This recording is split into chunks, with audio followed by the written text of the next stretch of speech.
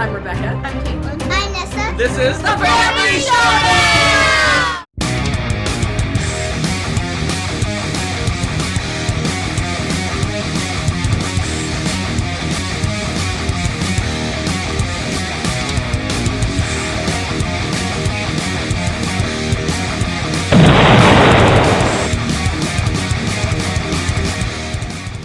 Howdy folks, welcome back to my top 100 games of all time. I am Hunter, this is Rebecca. This time she's dressed casual. I'm dressed festive. Festive. Alright, let's take a look at our top 10. Top 10, we're looking at number 50 to 41. Ooh. The worst of the best. Here we go. Let's get a little preview, sneak preview. Pretty standard list this time. Okay. Got 3 games that went up. 6 games that went down. Okay. And 1 new game. Ooh, only one. Okay. So exciting. Alright, start her off right away. My number 50, it was 32 last time, so we got a little punition. But still a great game. And that is Coimbra. Coimbra. Coimbra? Don't look at me. Coimbra! So if you remember the way back time of 95, way back 95. We had Alma Mater, which is the latest game from the designers of Coimbra. Okay. I believe it has the same artist. I think so. It looks like All the same all art. that I kind love of it. good stuff. I was gonna say, I think it's cool. I like I think it. Alma Mater has a couple extra designers, maybe. I don't know. Maybe. I don't know. Anyway, Coimbra isn't just a standard Euro. If you look up Euro in the Webster Dictionary, you have a picture of Coimbra. I don't know. I'm just making that up. Alright, so Coimbra is a dice drafting game where you utilize those dice kind of worker placement-esque style. So you're drafting some dice, take those dice and you put them out in different spots based on the value of those dice. Sometimes higher goes first, other times lower goes first. You get to draft some cards. So it's a dice drafting. You use those dice to draft cards, so it's a drafting game. I just made that up. Those cards are used for all sorts of purposes. You're going up on different tracks. You're going out and getting powers that happen every round, points at the end of the game. They give you all sorts of actions and powers and abilities and great things. Coimbra. Wow. I don't know. I'm surprised it fell this much. I guess because There's just a lot of good games. a lot of good games. Yeah, that's just. It'll a lot settle for it in to around fall. here somewhere, I'm sure. Okay, that makes sense. Maybe. Because I I don't say know. this is a really fun game, and as much as you like the dice and the placement and all that kind of good stuff. Yeah, I mean, it's got a lot of cool things going on. Like I said, the double drafting. You also, some of the cards can be used for movement around on a track, and it gives you kind of benefits and...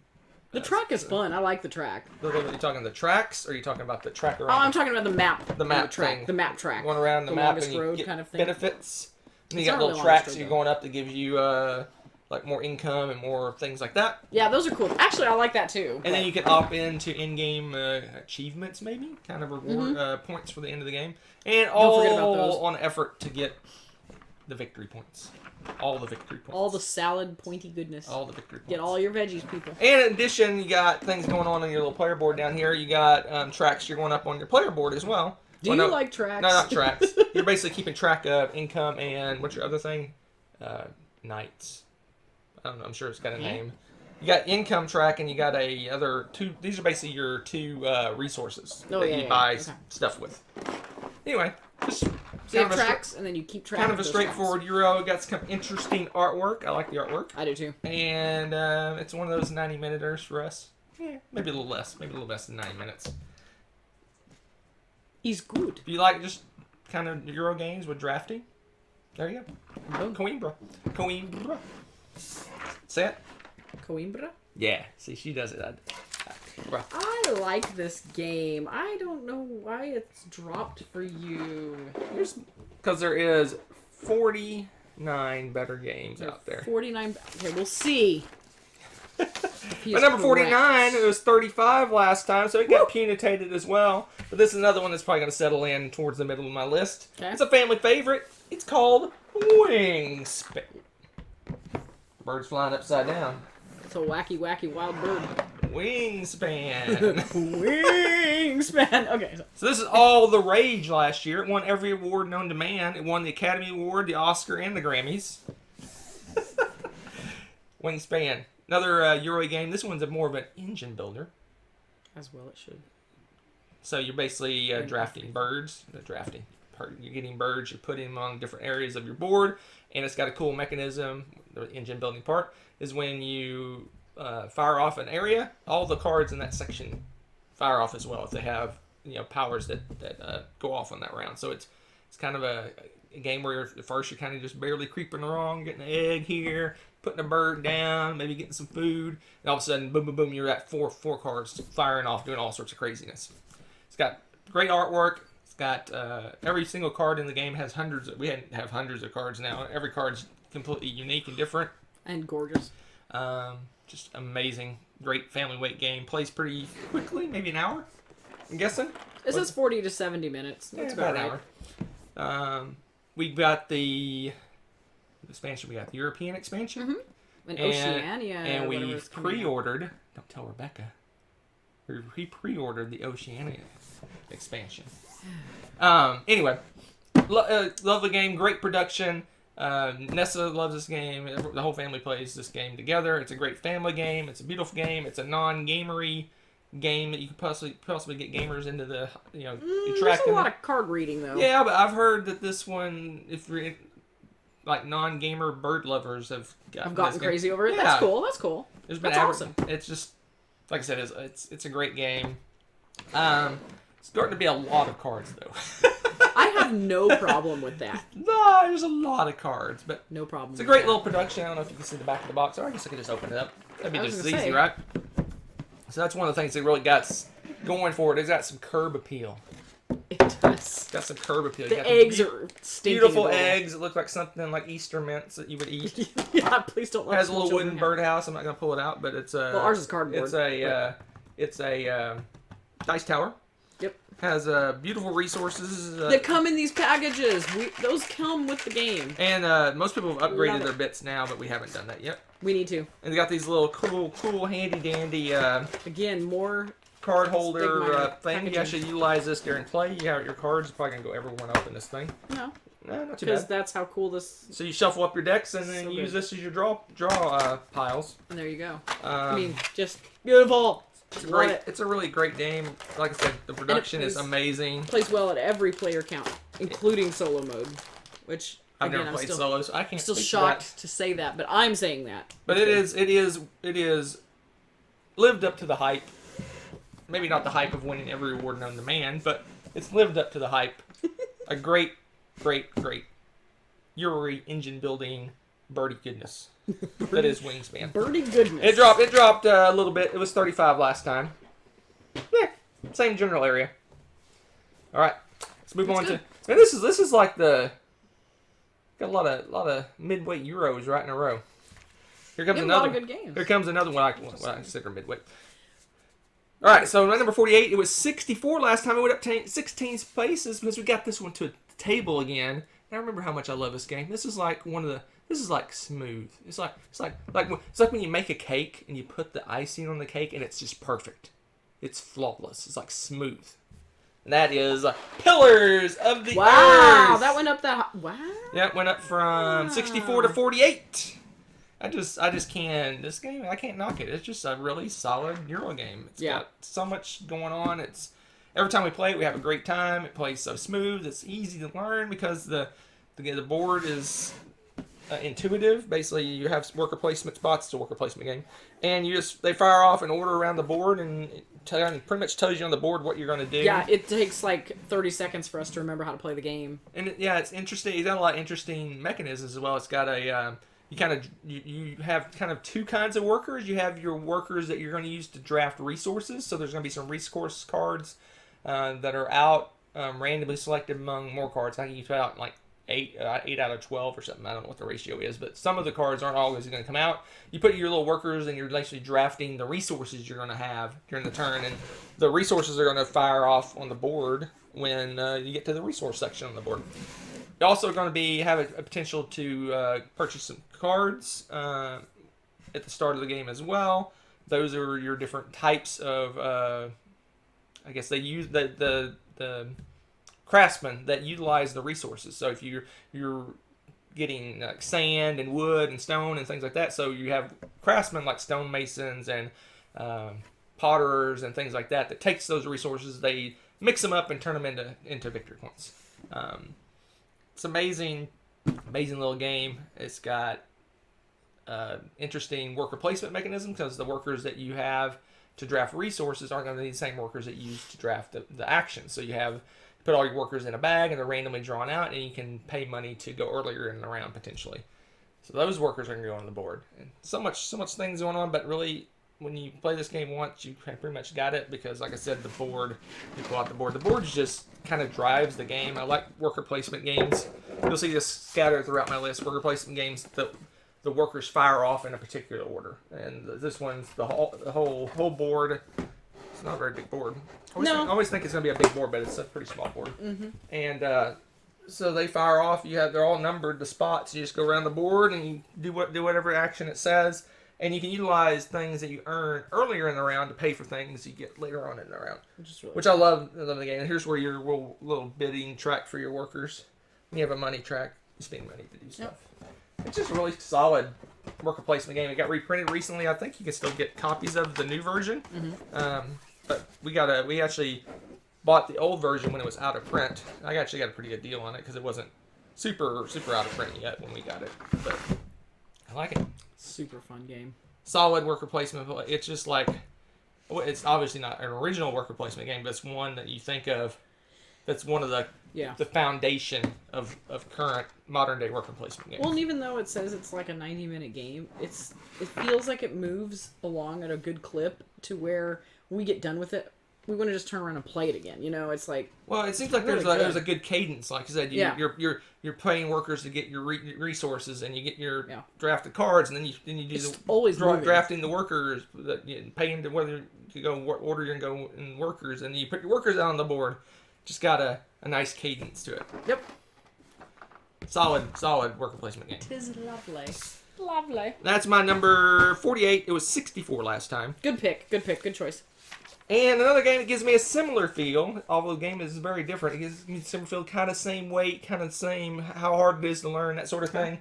And that is my 47, Concordia. Oh, man. Love this game. Concordia. Salsa.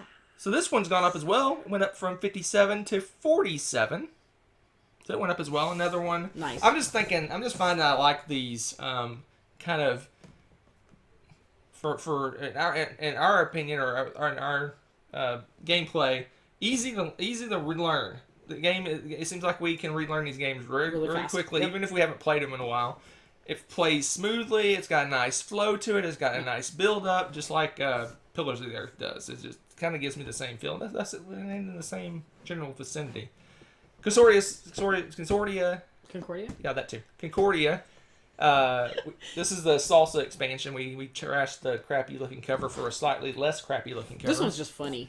Yeah, he's selling salt to him in a salt field. Yeah, it's like, hey, you want to buy my salt? Oh, but you could this ship right here could just pull up and grab a bunch of salt and then drive away. Right. But anyway, so this game it's trading in the Mediterranean. So basically, you're moving around the Mediterranean or whatever map you happen to have. Most of them are in the Mediterranean. You're building up trading posts. You're basically converting resources to build things. You're getting cards. It's kind of a deck builder. So you start out with a generic deck of cards. You can draft or purchase new cards to add to your deck. But what's interesting about the game is not only are you drafting those cards for the actions those cards are going to give you when you play them, those are your main scoring points at the end of the game is kind of almost a set collection. So there's different cards representing different deities, and they score, each of those cards scores differently. It kind of gives you a scoring at the end of the game, and each one of those cards gives you a multiplier for that score. So maybe you get a certain amount of points for this one thing, but if you get 4 of those cards, you're going to get 4 times the points those cards give you. So you can kind of choose to be diverse and get a little bit of each of the cards, or you can focus in on one in-game scoring and get a bunch of the cards that give you points for that. And then there's also the whole trading, the whole resource management of the different resources and how those work. Lots of interesting mechanisms. You don't even realize you're playing a deck builder, but you kind of are. with this game. Yeah, that's true. Oh, it's so fun. But I love it. It's been a Smooth great game. midweight Euro. I'm sure they're up 90-minute. So the last. So Coimbra, Wingspan, Pillars of Earth, Concordia all landed in the same area. They're kind of the same weight of game. They're kind of give you the same feel. They play the same length. So there you go. That's why all those kind of landed where they landed. Concordia. With the salsa expansion. That's my number 47. You'd think it's spicy, but it's just salt. So we're 2 games that went up right into the new game for this section. Only one new game, and here it is. This is what I consider the little brother to one of my favorite games. Oh, okay, I know what and that is Arrivas of Midgard. This is the first year this has been on the list, right? Correct, it's new. Yep, brand new game. Wow, and it leaped up the list. I'm not surprised. I like this game quite a bit. It's good. It's very good. It kind of if you took just like just a couple little pieces from Champions of Midgard and added it in this game, and then you built in a whole different game. So the dice are utilized differently. Basically, the dice kind of drive what you do. It's got a lot of set collection. It's got a lot of different things going on. The main thing you have going on is the whole drafting, what they call a Reaver, your leader for the round. He gives you special abilities and powers, and also you can build up your tableau of actions that you're able to utilize on other people's turns. So it's interesting that when some people take a turn, you can get potentially a lesser version of that same turn. Got some interesting dice. The dice are cool. Yeah, they have different colors of dice with different symbols, and you utilize those to go to those different action areas out on the board to take those actions. You basically spin the dice to do those actions. It has combat in the game, just like Champions, but this game has 2 ways to do combat. You can just roll dice and see what happens, take your luck, or you can collect the exact set of symbols you need to defeat a monster. So maybe a monster needs 3 different symbols to defeat. If you particularly have those symbols of dice, you can just spin those dice and just win. Or you can use axes and swords like you do in the other game, or I think there's axes in this game. Yeah. Axes, and you roll damage, and if you do a certain amount of damage, the monster has a certain number of hit points, or damage or life, or whatever it can take. And if you defeat it, you can defeat it that way as well. So you have a choice. Do you want to do some randomness, or do you want to collect the stuff that you need to win? Very much more Euro than Champions is, because Champions is just you roll a dice and fighting and things like that. This one, you can choose to do that, or you can mitigate it. And again, combat is a much smaller portion of what's going on in this game. So if you want a less random, for lack of a better word, game that gives the kind of the same feel as Champions, then Reavers of Midgard is the one. Yeah, I like this one better. Yeah, actually. Now, with all of the expansions and everything, Champions is really good, and I really like it now. But just this one is more the way I envision Champions playing. So yeah, really, supposedly really like the thought is that Champions is kind of a hybrid Euro. Mm-hmm. That makes sense. Attacky. Okay. This one is much more Euro. The rumor is they're going to come out with a major attacky one. So that's the rumor, but I don't have any knowledge of that. That seems right to me. But I had to open up the box because I forgot about this. This is so cool. I love that so many companies are doing this. Now. This is awesome. It's part of the. Well, look at how it showcases the pieces and it keeps them from falling out. So here's all your different bits and resources over here, and then here's all the different. I said there's 3 different dice, dice with different symbols on them. So there you go. I had to show that off. That is cool. I forgot about that. I made a little score sheet. You did. It's kind of nice to have that. Laminate a score sheet. It's very handy. All right. Well, there it is. That's my number 46, new to the list. It's another one that's about an hour-ish. Yeah, maybe. It says an hour to 120. Yeah, maybe. I think for 2 players, about an hour. Reavers of Midgard. All right. Let's move on to my number 45. It was 50 last time. It went up. What? Because I think we might have played this late last year, if I recall. As soon as I see it, I'll know. I think we did. Anyway, this game is extremely thematic. I don't care what certain individuals say. You can do tricks with glass and cloth and a piece of wood. And that is Tricarion! Yeah, we played this last year. Legends of Illusion.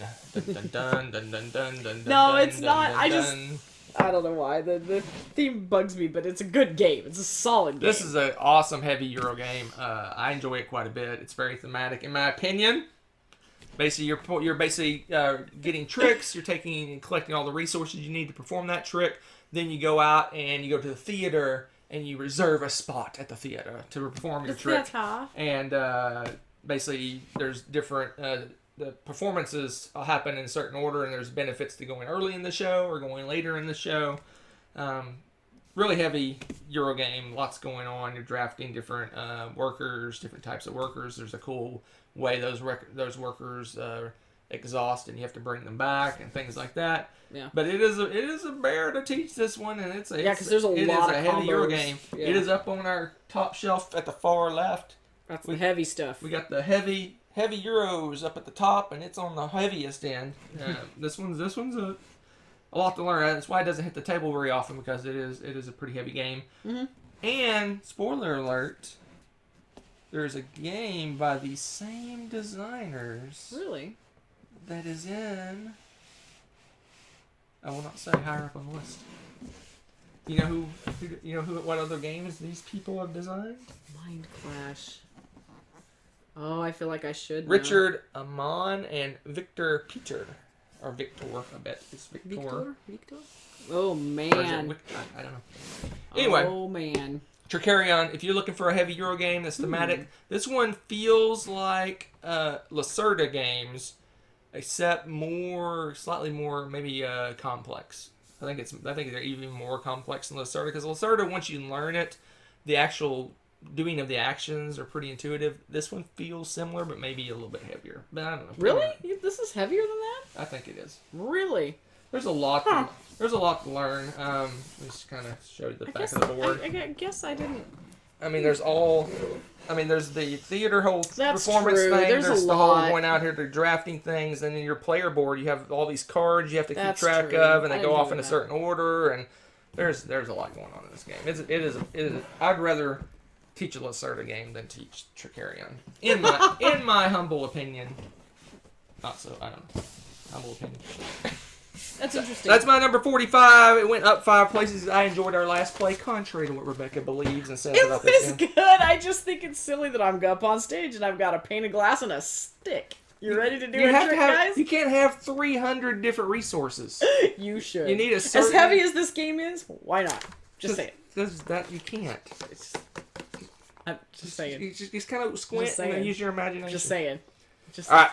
Let's move on to couldn't squint at that game. Let's move on to my number 44. It dropped 20 places. Oh my gosh, from 24 to 44. That's just because... Yeah, why is this? That's a lot. We don't play this one very often. Okay. And I don't know. There's other Uwe games I like better. This one's kind of creeping down the list. It'll settle in towards the middle, I think. But I still love me some Holy good goodness. Caverna, the But cave your farmers. sheep. You're sheep farming. Oh no! This game is great. But you're right, we haven't played it in a while. No, we haven't played this one in a while. I do love me some Caverna. This is game. Uwe, standard Uwe. You're going out, you're doing worker placement, you're collecting resources, you're turning those resources into animals and vegetables, and you're growing them. And Animals and vegetables for you non-English people. And that you're trying to understand. And this you're growing them and human. harvesting them, eating them, and getting victory points. You're also mining in a cave. You're building adventuring. You're building you're building stuff in I love caves, adventuring. and you're doing cavey stuff. You're getting gems and stuff like that. Cavey You go out on an adventure. You have dwarves that go out on an adventure. They level up. They get more powerful, and they get more powerful actions. But at its heart, it's a worker placement resource management game, which is, because you can say that about 90% of Uwe games. And there's nothing wrong with that. But This week. this game's always been near the top of my list. It's just dropped for some reason. Because I think there are other ones that I think play better 2-player, and this one is not quite as interesting 2-player. But they do scale the worker placement spots based on the number of players. But there's other games that are, I think, better suited I got you. for 2-player games. makes And I sense. kind of like the ones that are, I guess, less focused in on agriculture and farming, I guess, maybe. Yeah, I can see that. I'm more. Let of me that look. Let me than look. you. Maybe I'm telling lies. Yeah, less of the generic Uwe, I guess. Anyway, I'll show off our little insert. We always have to show it off because I love our insert. This was one of our very first big inserts we bought. Just because the game was bear to set up and a bear to put away. Couldn't do it. And we just didn't want to even play it because of that. And now we got cool little inserts. I think this is Broken Token. It is Broken Token. And they actually come out. You just come out and just set this on your table. And there's all your Thank resources. Goodness. No longer. And everything else that you use to play the game is all organized. Oh, it's so much nicer. In a neat little package. That's one thing about this game is it had so many little bits of different types of things that sorting all of this just to get the game set up. Good grief, what was it? 45 minutes or half an hour? I mean, it was enough that it didn't make the game fun to play because you're spending more time with setup and takedown than actually playing, and it just killed it. So this was such a great Currently, insert. we played this game 7 times. Not too bad. Yeah. How many times have I won? Oh my goodness. Probably all of them. I'll refrain to protect the innocent. Well, that must be me because you're not innocent. I don't know. I didn't look. Huh. Anyway, you don't need to. I love Caverna. It's just kind of, I'm seeing that the games we played, several times are kind of. I'm much of a. I like trying out new things and trying out new games, and this one, after a while, it kind of gets the same. I seem to I can't seem to fall in a rut. I mean, there's lots of different things you can do, but I seem to fall in a rut in this particular game where I go for the same thing. That's true. Time. You do. And so it's true. That's my no fault. I mean, it's no fault of the game. It's just I just go. I like doing this particular thing in the game, and that's what I do. I get tons of sheep, and I level up my dwarves. That's what I do. It's true. That's what you do. No one else in the game gets a sheep. It's my number 44. Dropped 20 spots. Caverna, the Cave Farmers. It's still really high up. You're right. But let's see. Let's move up to my 43. It was 36 last time. It dropped a little bit. The only reason it dropped a little bit is because we haven't played it in a while.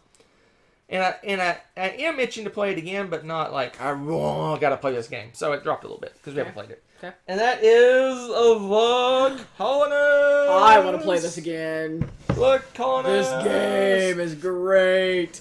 We played it 3 or 4 times right when we first got it and haven't played it since. We haven't had a chance to. Oh, I like Anyway, this Colonist game. is a massive heavy Euro game. It uses a cool mechanism. They call it worker movement.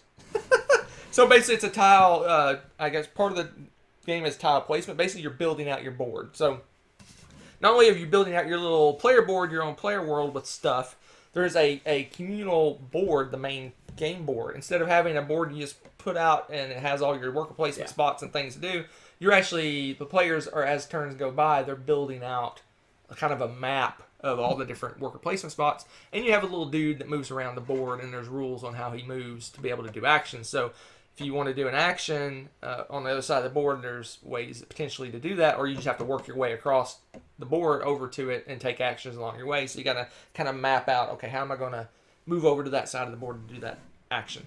The game plays in, I want to say, 4 eras. Yes. And they're different, basically Bronze, Iron Age, Steel, and Crazy Future Age. I don't know.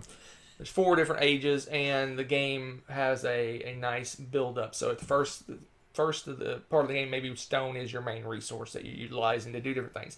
Then you kind of need to move into bronze and start getting some actions that do bronze stuff, and then the actions just build on itself. You get more and more powerful. You get more resources, you get more of everything, right? It's so cool. You're building out your own player board as well. Like I said, your own little kind of city, maybe your little village or whatever, and that you're building that out as well as utilizing what the players are putting out. Really, really solid Euro game. You can choose to play any order of the eras, any number of the eras. So you could just, if you want a quick little snippy little game, you could play the first era and be done with it in maybe 45 minutes.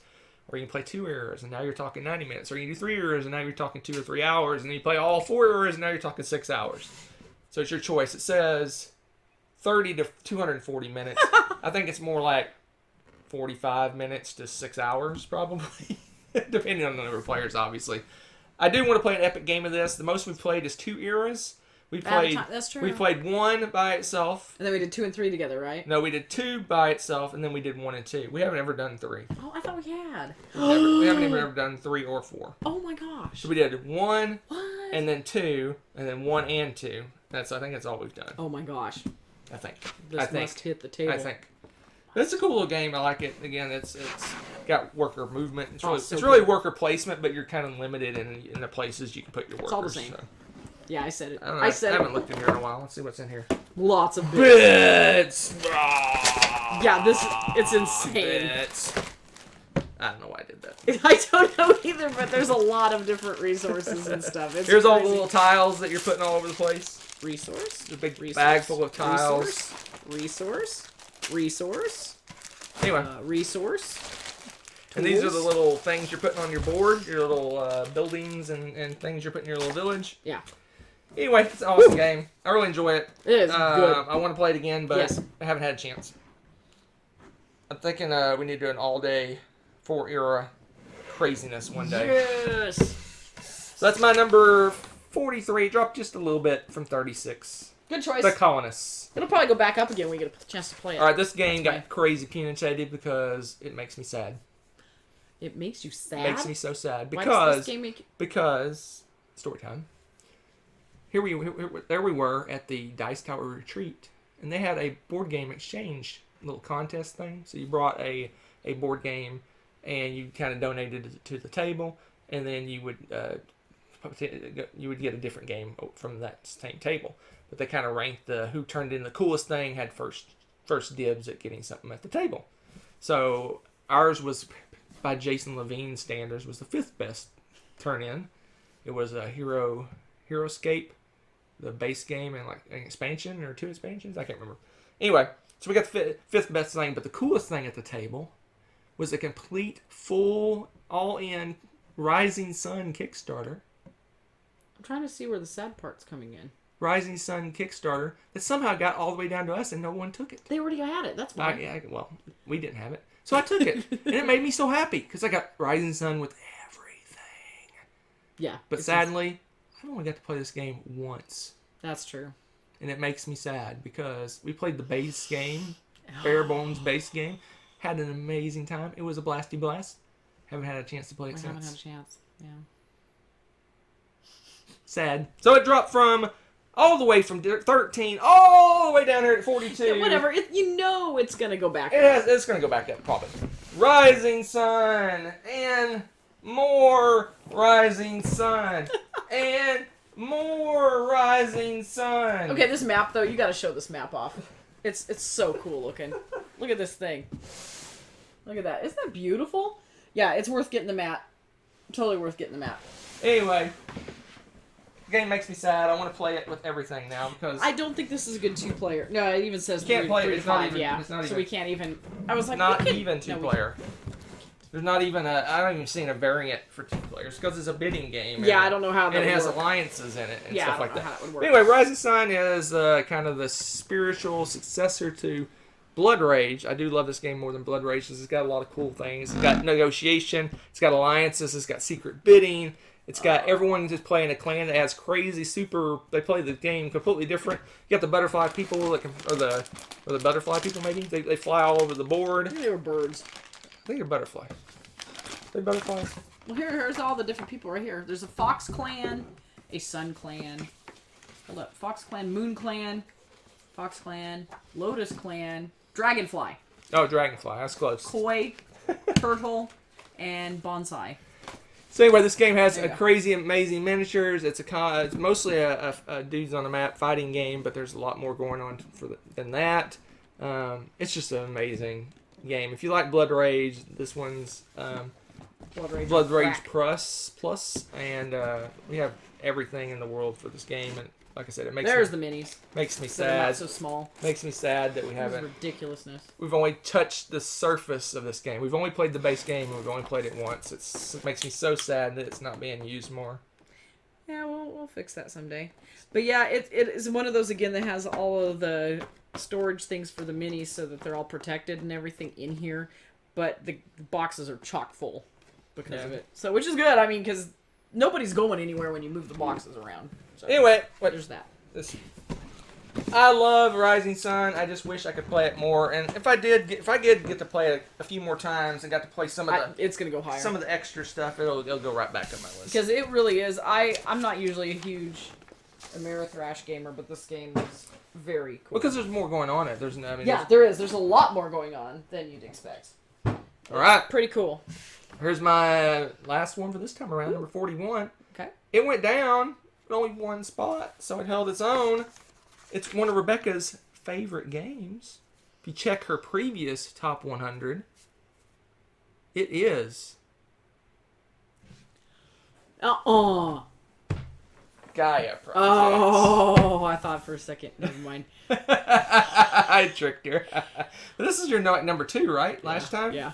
Oh, this game, man. Clean the dust off of it. Apparently it's not that popular for you. Oh, it's that popular. Gaia Project. So Gaia Project is Terra Mystica in space. They took Terra Mystica and, in our humble opinion, improved upon it. It's got technology paths that you can move up that makes you more powerful in certain actions. You're going out, you're building colonies, you're upgrading those areas. You're expanding out, you're building up your technologies to make these actions more powerful. It has the whole Terra Mystica kind of mana pool. I don't know what they call it in this game, energy or something, where you kind of flows. It goes into a bucket and you spend it and it flows back out and it just kind of does this little loop-de-loo of energy. Got great bits. It's got a cool game. The map is going to be different every time. Every race plays the game slightly different than the other races. I do like that. The asymmetrical races are really cool. It's got round goals that you get points for achieving certain things each round. It has in-game goals as well, which gives you buku points for doing certain things at the end. Those are all randomized each turn. Each game, so the games play very differently. Just a really solid Euro game with a space theme. I wouldn't say pasted on, but it's got a pretty good space theme on top of it. So I like it. It's a good game. Got lots of plastic bits. I'll show them off. Here's all your plastic bits for one player. All those little buildings and stuff. All the buildings and all the cubes you push around. Cubes and all sorts of all the different tech trees. Oh, this game. Really cool game. I really love it. It's terraformed planets. I like games that have more resource management type thing. This one's the mana pool you're kind of doing, but there's not really resources per se in the game, is there? If I'm remembering it correctly? Kind of, yeah. It's all about on those tables and on your tracks you're keeping track of, right? You have some bits like the... there is some resources. Yeah, you're right, there is resources. I was wrong. You've got your money, you've got your little energy cubes, and then... There is resources. I'm crazy. I was going to say, and then you've got these that are like the crazy wilds, basically. They're hard to get, but they also kind of do superpower things. And what's neat, too, is all the different races, they're asymmetrical in one sense that they have slightly different, like, machine engines that you can build. They have a power. But they have a power. Here, plus, and then they terraform differently. Yeah, they're better suited to different types of planets. Right. So some of them are more expensive than others versus maybe a different race is going to find the ones that they struggle with to be really cheap. So it's really cool. I love how that works. Yeah, I don't know where I was thinking there's not resources. The resources are all over the place. Yeah, because... In fact, when you build your buildings, when you set up your board, you cover up all these spaces with your different buildings. Mm-hmm. As you build the buildings, your certain actions become more powerful. Your income actions and things like that become more powerful. Yeah, and it's one of those games you like, again, where as you lift the buildings off, you see the new stuff that you get to do. Yep. So this becomes revealed as you build more. Meh. Wow. No, it's a good one. It's a good one. I don't love it as much as her, but I do love it. I mean, it is my number 41, which is pretty solid. And it held strong, even though lots of new games appeared above it. So really, when you think about it, it kind of went up. Because there is... Yeah, that's true. With 1, 2, 3, 4, 5, 6, 7, 8, 9, 10, 11 new games above it, and it only went down one place. So that's impressive. So it held strong. My number 41, Gaia Project. So...